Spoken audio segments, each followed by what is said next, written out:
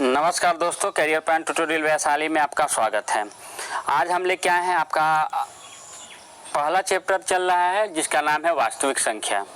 इसका क्या नाम है? वास्तविक संख्या। वास्तविक संख्या को हम क्या कहते हैं? इंग्लिश में रियल नंबर कहते हैं हम। इसके पहले वाले वीडियो में हम आपको बता चुके हैं, इसके पहले 3 वीडियो आपको मिल चुका है। उस वीडियो में आपको हम बता चुके हैं जो बेसिक कॉन्सेप्ट होता है। बेसिक कॉन्सेप्ट कहने का मतलब कि जो आपको 6 में पढ़ना है, 7 में पढ़ना है, 8 में पढ़ना है, 9 में पढ़ना है, लेकिन आप किसी कारणवश नहीं पढ़े। बहुत सारे स्टूडेंट पढ़ाई किए होंगे, अच्छी बात है, लेकिन जो नहीं पढ़े हैं प्लीज़ उसको जाके एक बार वीडियो 1, 2, 3 देख लें, क्योंकि वहाँ बहुत अच्छे से कॉन्सेप्ट दिया गया है बेसिक, जो आपको ज़रूरी है। यहाँ पे हम आपके चौथे चैप्टर में डायरेक्ट वास्तविक संख्या, जो आपका आज से चैप्टर एक्सरसाइज जो है वह NCERT का आपसे शुरू होगा आज से, तो उसके लिए कुछ कॉन्सेप्ट है। तो चलते हैं आगे, देखते हैं। आगे पढ़ने से पहले एक रिक्वेस्ट है आपसे कि प्लीज़ इस चैनल को लाइक, शेयर और सब्सक्राइब जरूर कर दें, क्योंकि यह आपके लिए ज़रूरी है और मेरे लिए भी यह बहुत ज़रूरी है। देखिए, यहाँ चलते हैं वास्तविक संख्या। पहला क्या है? वास्तविक संख्या। हम लोग इसके पहले का जितने डिफिनीशन है वो वीडियो 1, 2, 3 में पढ़ चुके हैं। वास्तविक संख्या को इंग्लिश में रियल नंबर बोला जाता है। वास्तविक संख्या को इंग्लिश में क्या बोला जाता है? रियल नंबर बोला जाता है। कहता है कि परिमेय तथा अपरिमेय संख्या के समूह को वास्तविक संख्या कहते हैं। क्या कहता है? परिमेय तथा अपरिमेय संख्या के समूह को वास्तविक संख्या कहते हैं। इसके समूह को R द्वारा सूचित किया जाता है। इसके समूह को क्या चीज द्वारा सूचित किया जाता है? R द्वारा सूचित किया जाता है। यदि कोई बोले कि वास्तविक संख्या के समूह को क्या चीज द्वारा सूचित किया जाता है, तो उसका आपका जवाब क्या होना चाहिए? R होना चाहिए, कैपिटल R होना चाहिए। अब देखिए, जैसे हो गया 1/2, -1/2, √3/2, -√3/2 वास्तविक संख्या। यह चीज आपको आ गया समझ में। अब हम आते हैं यूक्लिड विभाजन एल्गोरिथम। जब आप चैप्टर NCERT का जब आप बुक खोलिएगा तो यह चीज आपको मिलेगा, लिखा हुआ है यूक्लिड विभाजन एल्गोरिथम। तो यूक्लिड विभाजन एल्गोरिथम क्या है? इस पे आपको क्वेश्चन भी आते हैं। जैसे क्वेश्चन लिखा हुआ है, यूक्लिड विभाजन एल्गोरिथम का प्रयोग कर 867 और 255 का HCF ज्ञात करें। यह आपका क्वेश्चन की बुक से लिया गया है और यह पूछा गया हुआ क्वेश्चन है, आपके बोर्ड एग्जाम में पूछा गया हुआ क्वेश्चन है। तो देखिए, यूक्लिड विभाजन, तो सबसे पहले अगर हमसे क्वेश्चन पूछा कि यूक्लिड विभाजन एल्गोरिथम का प्रयोग कर कि हमको यह क्वेश्चन बनाना है, तो सबसे पहले जरूरी है कि यूक्लिड विभाजन एल्गोरिथम क्या है, इस चीज को जाने हम। तो देखिएगा, कहता है कि यह यूक्लिड विभाजन परमयिका पर आधारित है, जिसके अनुसार A बराबर BQ प्लस R, जहाँ A को क्या कहा जाता है? भाज्य कहा जाता है। B को क्या कहा जाता है? भाजक कहा जाता है। Q को क्या कहा जाता है? भागफल कहा जाता है। Q को क्या कहा जाता है? भागफल कहा जाता है। तथा R को क्या कहा जाता है? शेषफल कहा जाता है। R क्या है? शेषफल है।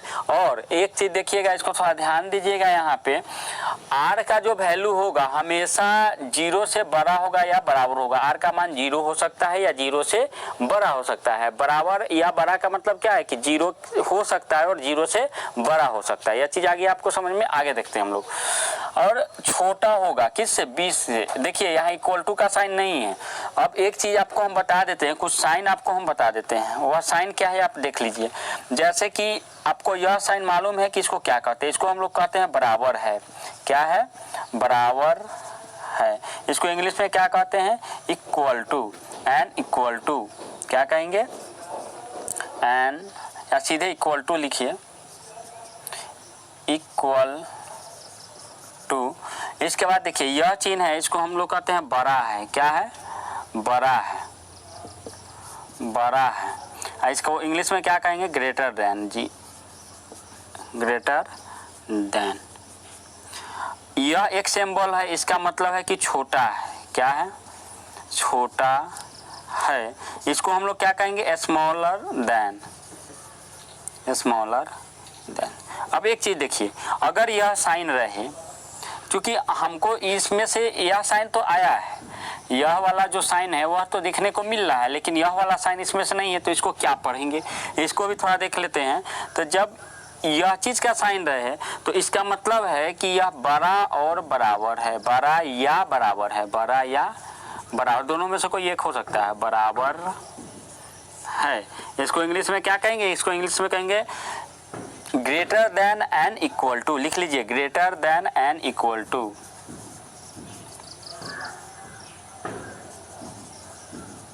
और इक्वल टू,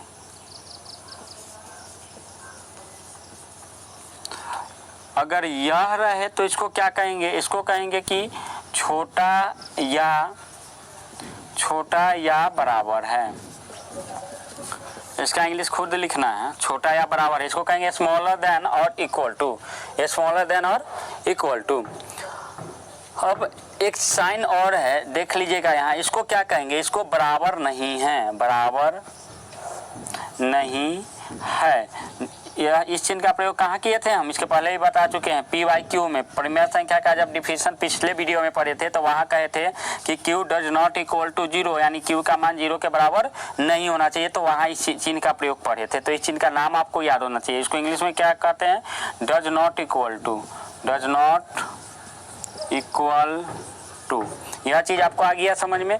तो देखिए, जो भी चीज़ आप पढ़िए पूरे कॉन्सेप्ट के साथ पढ़िए, जिससे कि आपको लगे कि हमको जो भी नॉलेज अर्जित कर रहे हैं वह इम्पोर्टेंट है ना। इम्पोर्टेंट तब लगेगा जब आप उसको बढ़िया से पढ़िएगा और उस पर कुछ मेहनत कीजिएगा, क्योंकि 10th क्लास आप पास करने के लिए नहीं पढ़ रहे हैं। 10th क्लास तो आप ऐसे भी थोड़ा मेहनत कीजिएगा तो पास कर जाइएगा। आपको कुछ लाइफ में बेहतर करना है, उसके लिए आपको बेहतर तरीके से पढ़ाई करना होगा। आगे देखिएगा, इसको आप लिख लीजिएगा, इसको हम इरेज करेंगे। देखिएगा, अब कहता है कि हम तो यहाँ यह चीज़ समझ में आ गया कि आर का मान क्या होगा। तो आर और बी, इस कॉन्सेप्ट को इसको थोड़ा हम फिर से समझाएंगे, इसको यह जो है इसको हम फिर से समझाएंगे और तब हम आगे बढ़ेंगे। तो पहले जितना समझाएं उतना समझ लीजिए, इसके बाद हम पढ़ते हैं। देखिए, अतः हम कह सकते हैं कि यूक्लिड विभाजन प्रमेय का एक तकनीक है। तकनीक का क्या अर्थ होता है, जैसे कि हम लोग आटा पिसवाने के लिए, गेहूं पिसवाने के लिए ले जाते हैं मशीन में, तो वह एक तकनीक है। जो मशीन है एक तकनीक है। क्या चीज़ का तकनीक है, तो वह गेहूं को आटा में कन्वर्ट करने का तकनीक है। तो इसी तरह एक प्रॉब्लम को सॉल्व करने के लिए यह एक तकनीक है। यह प्रमेय क्या है, एक तकनीक है जिसकी सहायता से हम दो संख्याओं का मौसा ज्ञात करते हैं। क्या ज्ञात करते हैं, मौसा। मौसा को इंग्लिश में HCF कहते हैं, हाईएस्ट कॉमन फैक्टर कहते हैं। यह चीज आपको आ गया समझ में। चलिए तो आगे देखते हैं। अब देखिए क्या कहता है, यदि दो संख्या A और B है तो इसको HCF के रूप में संकेत में HCF AB लिखते हैं। यानी कि हम कह दे, जैसे कि यहाँ क्वेश्चन में आपका कि 867 और 255 का HCF ज्ञात करें, तो यहाँ पे इसको हम डायरेक्ट लिख सकते हैं। क्वेश्चन आपको दे सकते हैं कि HCF ऑफ 867 और 255 बराबर व्हाट। यहाँ पे डायरेक्ट आपका यह जो होगा इसका क्या होगा, क्वेश्चन होगा, शॉर्टकट क्वेश्चन होगा। यह चीज़ आपको आ गया समझ में। यह आपका जो होगा यह आपका शॉर्टकट क्वेश्चन होगा। पूरे क्वेश्चन का यह क्या है, शॉर्टकट क्वेश्चन है। तो यह चीज़ आ गया समझ में। इसी क्वेश्चन को लेके हम क्या करेंगे, आगे बढ़ेंगे। तब आगे बढ़ने से पहले इस जो है आपका स्क्रीनशॉट खींच लीजिए, हम आगे बढ़ेंगे। अब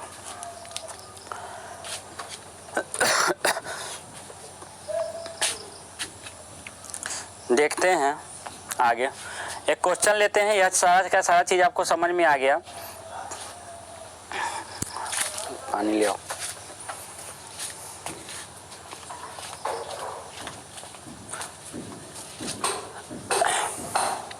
चलते हैं आगे, देखते हैं।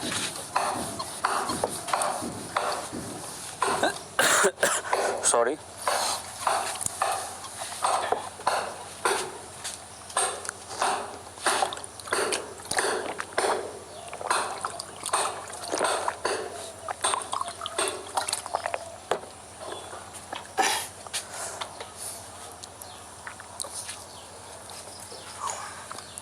इस क्वेश्चन को हम ऐसे ही रहने देते हैं।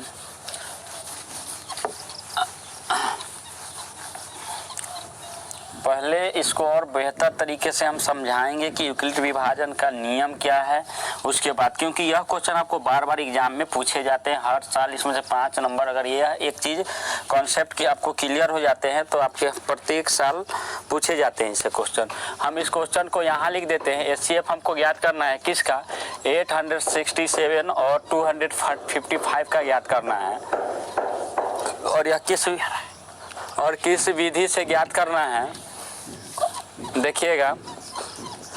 HCF ज्ञात करना है 867 और 255 का, और यह किस विधि से ज्ञात करना है, तो यूक्लिड विभाजन एल्गोरिथम से करना है। देखिए हम लोग बचपन में पढ़ते थे, क्या पढ़ते थे, यहाँ ध्यान दीजिए।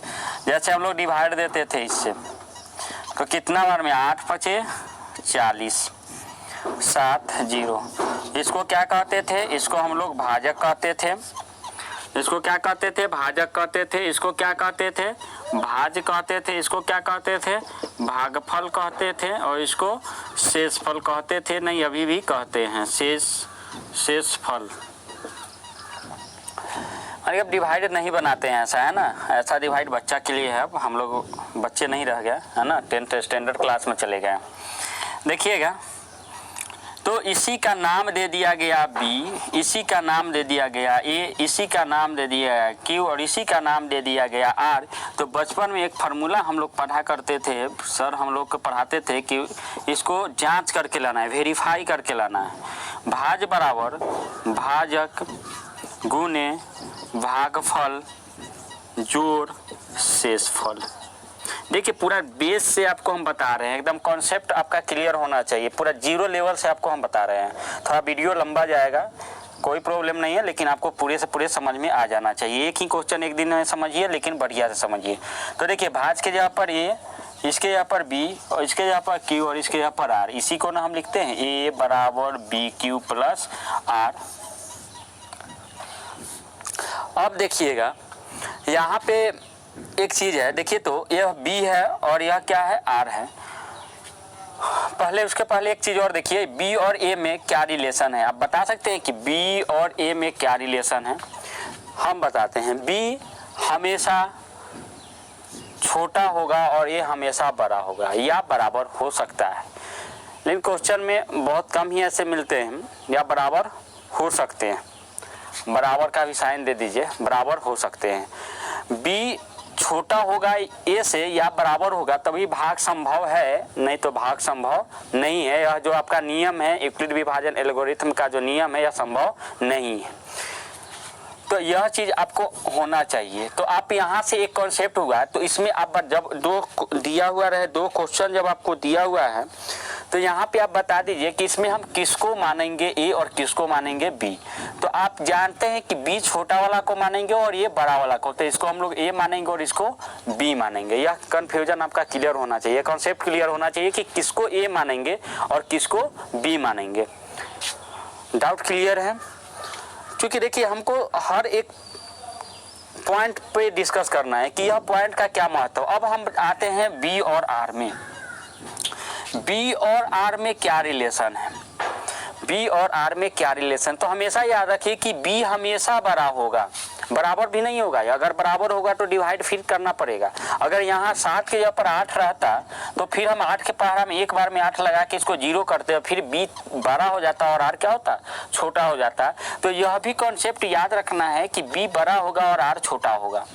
तो दो कॉन्सेप्ट आपको हम बताएं। यदि क्वेश्चन में दो संख्या दिया हो तो किसको ए मानेंगे और किसको बी मानेंगे।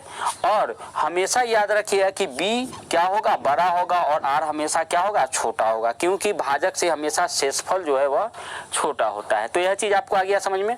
अब हम चलेंगे क्वेश्चन के ऊपर। सारा का सारा चीज जल्दी जल्दी आप नोट कर लीजिए। हम अब क्वेश्चन पे चलेंगे। नोट हो गया? चलते हैं आगे क्वेश्चन पे। क्वेश्चन देखते हैं, हम मिटा रहे हैं। उम्मीद करते हैं कि आपको सारी की सारी चीज बढ़िया से समझ में आ रहा होगा, और यह आपके लिए बहुत ही इंपॉर्टेंट क्वेश्चन है, क्योंकि यह पूछा भी गया और इस टाइप के प्रत्येक साल क्वेश्चन पूछे जाते हैं। तो देखिएगा, क्वेश्चन आप लोग लिख लिए हुए हैं, अगर नहीं लिखे हुए हैं तो वीडियो को पीछे जाइए, पीछे कीजिए और वहां से क्वेश्चन देखिए। देखिए हल हम डायरेक्ट यहाँ हल कर रहे हैं। हमारा क्या दिया हुआ है? प्रश्न से क्या दिया हुआ है? दो संख्या बराबर, दो संख्या दिया हुआ है 867 और 255। चूंकि या यहाँ पर लिख लीजिए, हम जानते हैं कि हम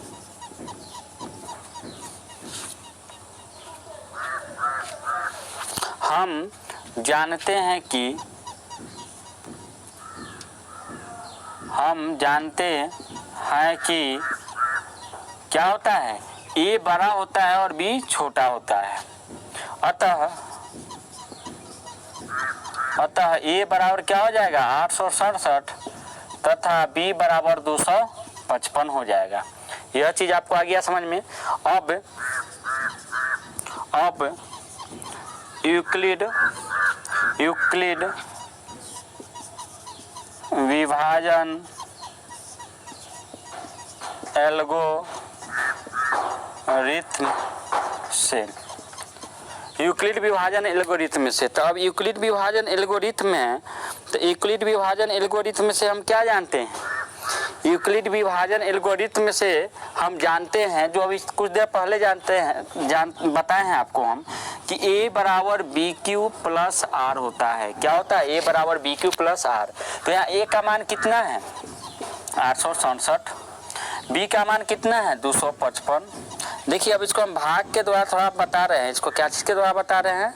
भाग करके हम बता रहे हैं कि यह कैसे आपको बनेगा, क्योंकि रफ आपको करना जरूरी है। यहाँ पे छोटा क्वेश्चन है या बड़ा, आपको यहाँ पे अगर एग्जाम हॉल में मिले तो इसको ऐसे एक चिन्ह खींच दीजिए, एक लकीर पार दीजिए, इसके बगल में आप कीजिए कि इसको मौसा बनाइए भाग विधि द्वारा। तो भाग विधि द्वारा मौसा कहता है कि 255 में 867 3 बार में यह लगेगा। क्यों? क्योंकि 225 है, 200 मानते हैं, तो 200 अगर 4 बार लगाते हैं तो 200 चौका 800। हमको लगता है क्वेश्चन थोड़ा मिस्टेक है, 255 है, सॉरी 255 है। यहाँ देखिएगा 255 है। क्या है? 225 पे भी बन जाता है, लेकिन जो क्वेश्चन लिखे उसी पे हम विचार करेंगे।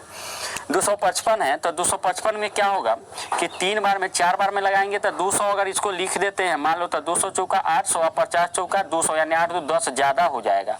देखिए आपको यह नॉलेज होना चाहिए कि कितना बार में लगेगा, तो उसको क्या कीजिए कि उसके सैकड़ा के रूप में ले आइए और तब उसका क्या कीजिए गुना करके देख लीजिए। अब चलते हैं हम लोग। तो 3 बार में लगा 5 3 15 5 हासिल 1 5 3 15 16 6 हासिल 1 3 9 6 1 7। अब इसको घटाएंगे तो 7 में से 5 गया 2 0 1। अब इसको यहाँ ले आएंगे तो 200 क्या होगा 55 होगा। अब 100 2 दूना 200 4 हो जाएगा, 1 हो जाएगा, 5 हो जाएगा। अब इसको यहाँ ले आएंगे, सबको क्या कर रहे हैं घटा रहे हैं। क्या कर रहे हैं? घटा रहे हैं, सब्ट्रैक्ट कर रहे हैं। तो 51 दूना 102। देखिए यह रफ हो गया मेरा, इसमें कुछ नहीं करना, बस इतना ही करके इसको क्या करना है छोड़ देना। यह मेरा रफ हो गया। अब आगे देखिएगा, आगे देखिएगा तो इसको हम उसी तरह लिखेंगे 255। तो Q के जगह पर देखिए इसमें A यह है, B यह है, Q यह है और R यह है।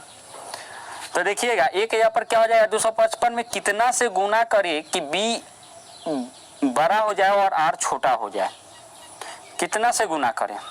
तो 3 से गुना करेंगे तब मेरा क्या आ जाएगा शेषफल जो 102 आ जा रहा है। देखिए तो यह जो है इससे छोटा है कि नहीं? छोटा है। आ गया समझ में। अब एक बात हमेशा याद रखिएगा, दूसरा स्टेप में जो B होता है वह A का रूप लेता है। क्या चीज़ का रूप लेता है? देखिए ये समझाने के लिए हम ऐसे लकीर खींच रहे हैं, आपको ऐसे खींचना नहीं है।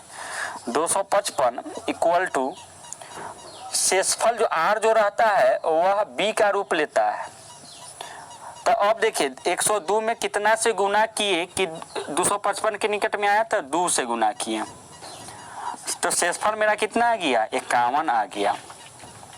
फिर यह इधर आ जाएगा आपका, तो यह हो जाएगा 102, यह 102 हो जाएगा और यह कितना हो जाएगा देखिएगा आपको समझ में आ गया है। यहाँ आ जाएगा 51, ठीक है। तो 51 में कितना से गुना करेंगे? तो 2 से गुना करेंगे, तो मेरा शेषफल क्या बच रहा है 0 बच रहा है। देखिए 51 में 2 से गुना करें तो शेषफल कितना बच रहा है 0 बच रहा है। तो आपका इससे यहाँ पर जो लास्ट वाला जो B होता है वही मेरा मौसा होता है। याद रखिए लास्ट वाला जो भाजक होता है वही मेरा क्या होता है मौसा होता है। तो लिखिएगा चूंकि R बराबर 0 इसीलिए